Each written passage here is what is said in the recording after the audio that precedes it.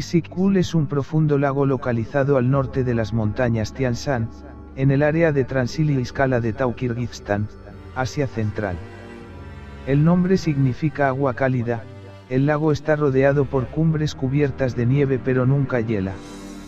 Según el bien informado escritor ucraniano Krapiva, en las postrimerías de la década de 1930 el investigador ruso de lo paranormal Grabovski mantuvo una entrevista con un testigo renuente. Ese hombre y sus amigos habían explorado una cueva cerca del lago Issyk-Kul donde descubrieron 3 esqueletos humanos, de más de 3 metros de altura cada uno. Los esqueletos estaban adornados con decoraciones que se parecían a murciélagos, mamíferos voladores, hechos de plata. Los hombres se dieron un susto de muerte y guardaron en silencio su descubrimiento durante muchos años. Ellos fundieron las decoraciones de plata, pero guardaron un pequeño pedazo. Los científicos soviéticos que estudiaron ese trozo dijeron que no podían determinar su edad. Curiosamente, una leyenda de Kirgit menciona una ciudad sumergida en el lago.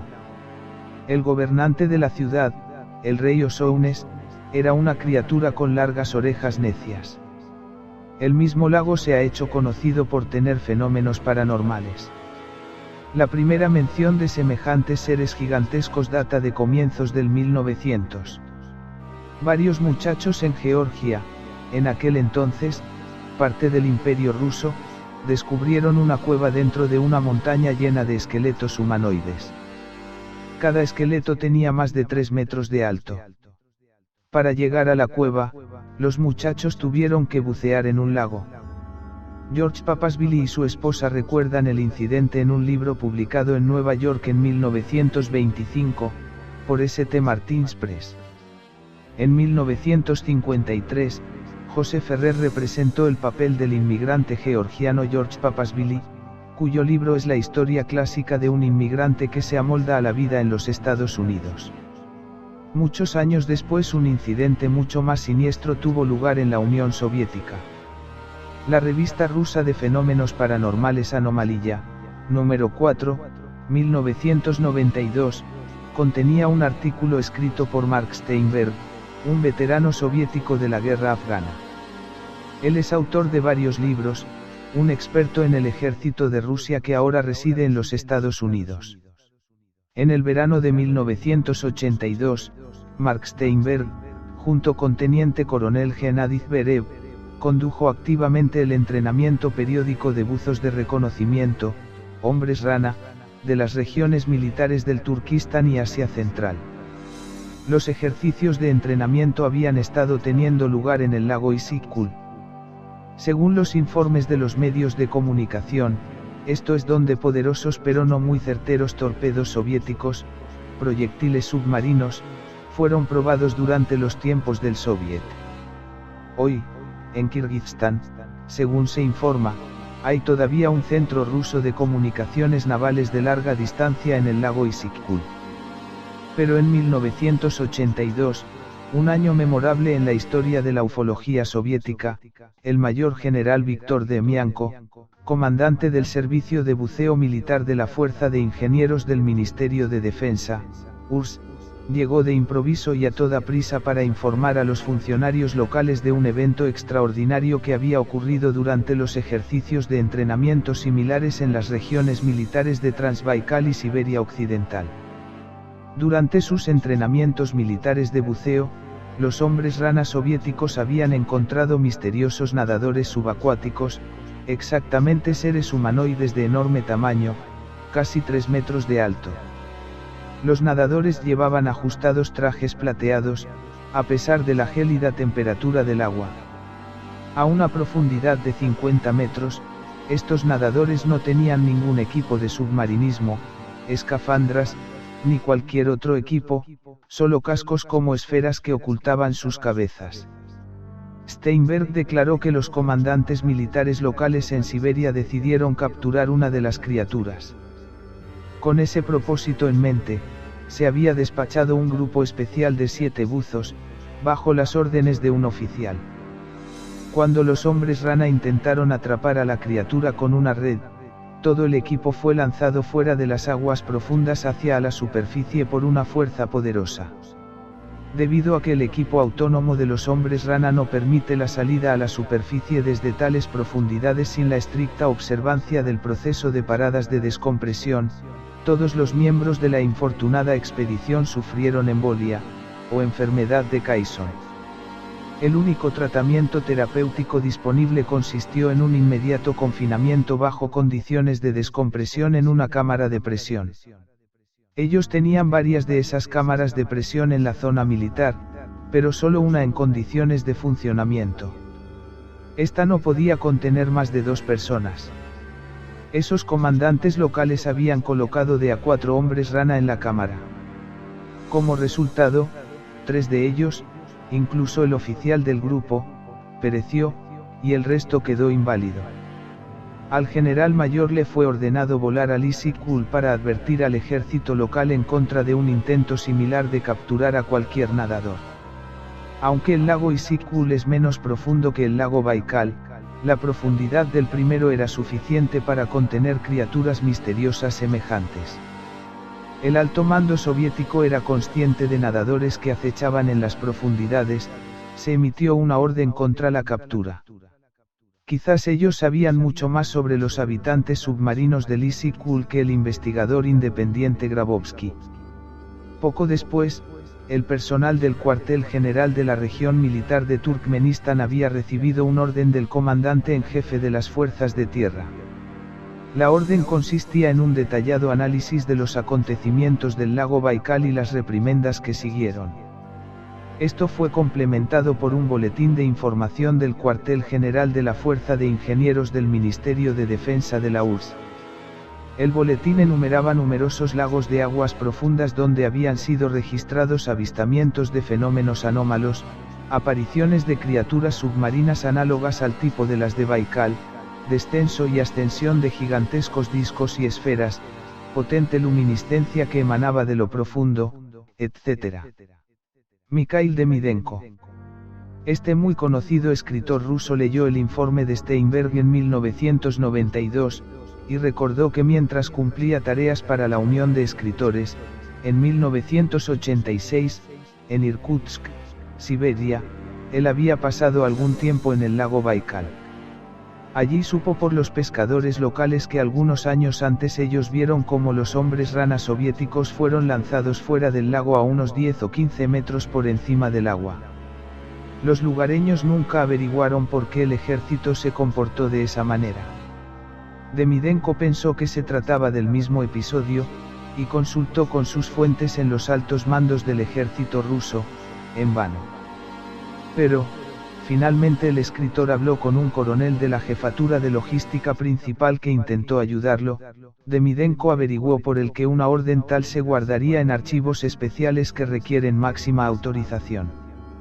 Él murió en 2003, un verdadero filántropo que odiaba el totalitarismo de cualquier color, un hombre tolerante que sobrevivió a la ocupación nazi y guardaba memoria de las atrocidades nazis contra los judíos soviéticos. Cuando joven, Demidenko, luego de graduarse en un colegio militar, se hizo traductor e intérprete de chino. Fue enviado por el personal general del ejército soviético a la Fuerza Aérea de la China Roja, y también sirvió en Corea del Norte durante la guerra. Luego, Demidenko viajó a través de China hasta el Tíbet occidental, y cuando se volvió un autor muy conocido y escritor de guiones, visitó varios países del sudeste asiático y Europa, recopilando material para escribir libros fascinantes, incluyendo el último, Siguiendo a las SS en Tíbet, 1999. Tíbet. En 1954, Demidenko estaba acompañando a unos altos comandantes militares que inspeccionaban las tropas de China Roja en la provincia de Xinjiang, región autónoma de Uigur, y el Tíbet occidental, cuando el grupo pasó una noche en un monasterio lamaísta. Allí, Demidenko encontró a un viejo monje que era un mongol de lengua rusa. Entre muchos asuntos fascinantes, el monje le contó de las cuevas en las montañas tibetanas donde gigantes de 3 metros de altura permanecen en un sueño inducido por anestesia. Un día ellos pueden despertar. Después, Demidenko oyó historias de que China Roja destruyó una de esas cuevas sagradas, sacó de allí a los gigantes anfibios durmientes y los ahorcó en público. Como demuestra el bien documentado libro de Demidenko, él tenía grandes conexiones en Asia, Alemania Oriental, las fuerzas armadas rusas, los nazis adoradores de lo oculto estaban muy al tanto de los gigantes, y de las leyendas de ciudades subterráneas del Tíbet. Por eso Hitler envió sus expediciones de la SS al Tíbet, ya que estaba seguro de que estos gigantes semidioses confirmarían sus teorías, pero hay más información con respecto a los gigantes en su libro, y una riqueza de otra información histórica sobre las expediciones de Hitler, archivos, y acontecimientos misteriosos. El gigante de Borisovlevsk. Un marcado aumento en la actividad UFO en 1978 había obligado a la Academia de Ciencias de la URSS a aceptar un programa de investigación de fenómenos atmosféricos anómalos. El nombre de código para este programa era SETCOUNT. El primer acto del SETCOUNT resultaría en una aprobación oficial de fenómenos atmosféricos anómalos como término descriptivo en lugar del vedado UFO. Las restricciones de la censura en el tema UFO fueron eliminadas en 1989. El Ministerio de Defensa emprendió un programa similar, bajo el nombre de SETCAMO. Eduard Yermilov, distinguido científico ruso del prestigioso Instituto de Ciencia e Investigación en Radiofísica, había participado del programa SETCA e investigó el caso de 1982 que muy probablemente involucraba a un humanoide gigante semejante. Según A.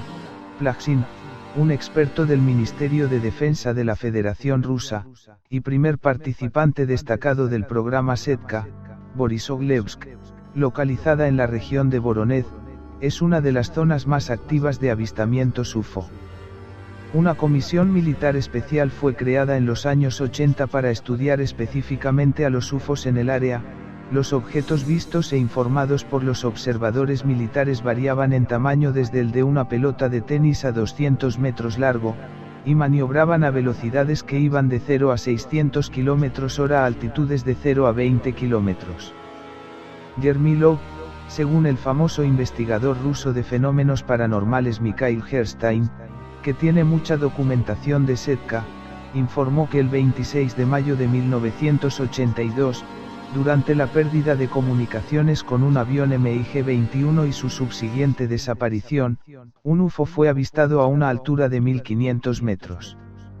Fue organizada una operación de búsqueda y recuperación. El 27 de mayo, mientras el equipo de búsqueda, integrado por el sargento Apanyukovyayu Kunin, caminaba en un claro de la zona forestal de Povorino, observaron una entidad humanoide. Ella tenía no menos de 3.5 de altura, llevaba una vestimenta plateada, con tonos verdosos.